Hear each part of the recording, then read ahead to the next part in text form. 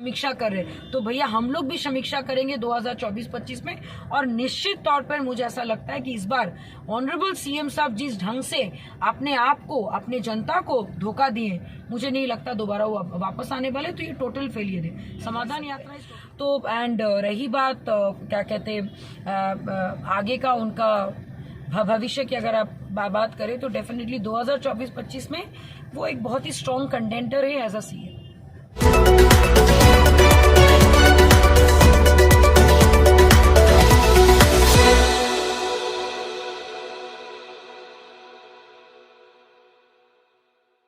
आपका हमारे चैनल पे बहुत बहुत स्वागत है। मैम, आज हम बात करेंगे बिहार में जो बिजली दर है वो बिहार की जनता के लिए त्राहिमाम का एक सवाल है। बिहार की जनता बढ़ते बिजली दर से परेशान तो ज़रूर है, लेकिन आवाज़ उठाने के लिए समझ में नहीं आ रहा है कि कहाँ से शुरू की जाए। तो ये बढ़ती महंगाई बिजली दर जो है उस पर मैम आपका क्या कहना है? देखिए, आज इसी संदर्भ में हम लोग का आज एक प्रेस मीट भी था एंड हमारी पार्टी का ये समझिए बहुत बड़ा स्टेप है जिसपे कि अभी हम लोगों ने बहुत सारे जो अभी डॉक्यूमेंट्स हम लोग को मिला है, ये जब जनता तक पहुंचेगा और जनता को हम लोग जागरूक करेंगे इस पे कि बिजली महंगी क्या कहते हैं हमारे बिहार सरकार इसको खरीद रही है। और अगर मैं बाकी राज्यों की बात करूँ, चाहे वो कोलकाता हो या फिर आपका झारखंड हो या फिर आपके मणिपुर, हिमाचल, सिक्किम, मेघालय हो, हर जगह में 1 रुपया से लेके 6 रुपया में जनता को बिजली उपलब्ध हो जाती है। वेयर एज बिहार, जबकि नीति आयोग के रिपोर्ट के सबसे गरीब राज्य में माना जाता है, वहाँ पे सबसे महंगी बिजली खरीदी भी जाती है और हम लोग को पर यूनिट 6 रुपया के आसपास पड़ता है। और मैं ऐसे बात नहीं करूँ, हमारे पास डॉक्यूमेंट है, मैं आपको दिखा सकती हूँ, आप देख सकते हैं डॉक्यूमेंट्स को।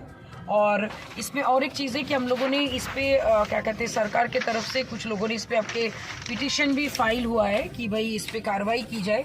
इस लिंक पे अगर आप जाएंगे तो आपको सारी जानकारी मिलेगी। अभी सरकार क्या है कि 40% बिजली बढ़ाने की मांग कर रही कॉस्ट पे।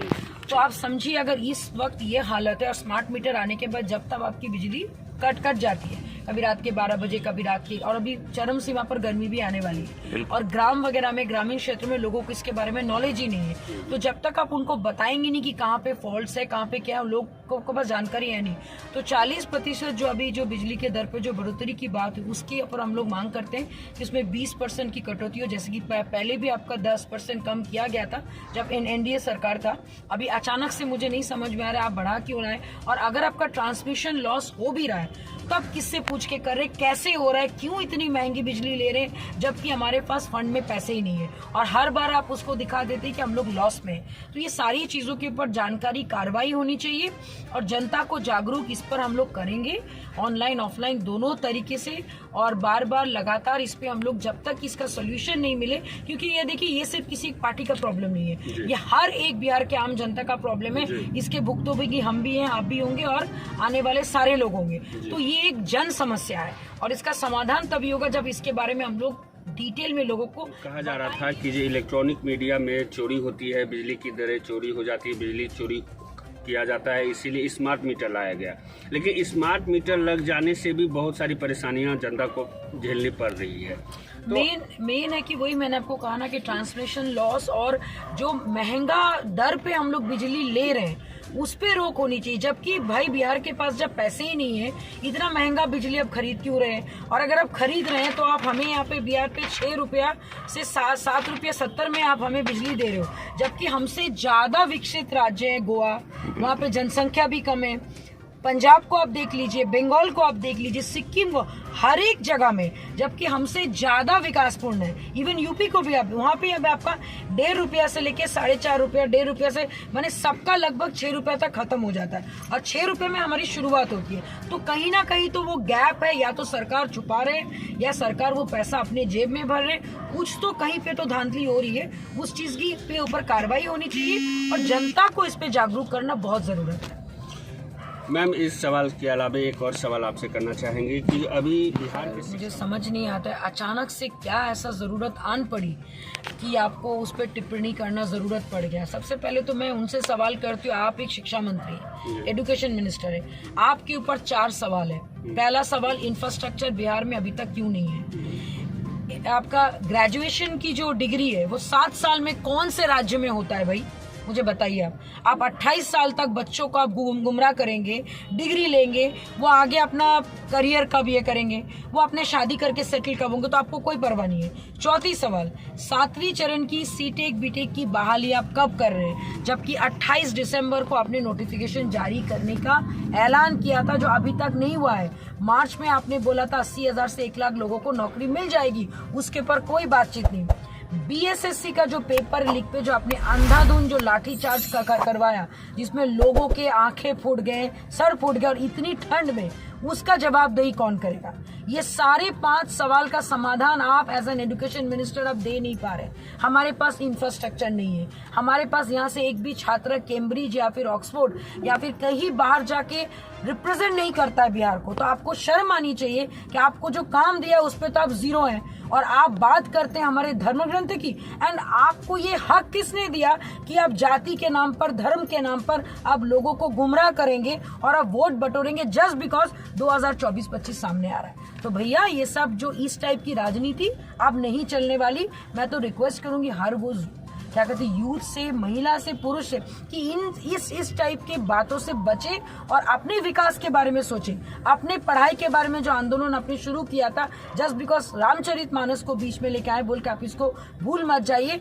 इस चीज की, इस टाइप की घटना की हम लोग टोटली कंडेम करते और मांग करते कि भाई हमारे प्रोफेसर, उनको वो है ना प्रोफेसर, उनकी डिग्री की जांच की जाए, वो कौन से स्कूल से पढ़ाई किया जांच की जाए, और साथ में उनका रेजिग्नेशन लिया जाए। चलिए मैडम, अभी नीतीश कुमार जी समाधान यात्रा कर रहे हैं, पूरे बिहार का दौरा वो लगा रहे हैं। क्या लगता है इस समाधान यात्रा से कितना प्रॉफिट होने वाला है सरकार को? सबसे बड़ी बात ये, उनका आखिरी पड़ाव है। This is the last year of his political career. अच्छी बात है, ठंड का समय था, अपने पूरा कारवां लेके वो घूमने गए, पिकनिक मनाने गए, जिला के ऊपर जाके अभी हम इनके घर के सामने चले गए। तो इस टाइप का समाधान यात्रा में वो जाके लोगों को पेन पेपर में समाधान नहीं, प्रॉब्लम लिखा रहे। 365 दिन में 1 साल होता है, जिसमें से आज आपका हो गया 18 तारीख। बचा कितना दिन है आप देखिए। 2024-25 में लोकसभा विधानसभा का चुनाव है। पहले से भी आपके पास इतने समस्याएं, हत्याएं, अरवल का केस, बक्सर का केस, हाजीपुर का केस, उसके बाद सीटेक, बीटेक, बीएसएससी, शराबबंदी का केस, एनएचआरसी का रिपोर्ट, ये समाधान के अलावा भी प्लस 16 दिन का जो भी आपका प्रॉब्लम है उसका आप समाधान करेंगे कब?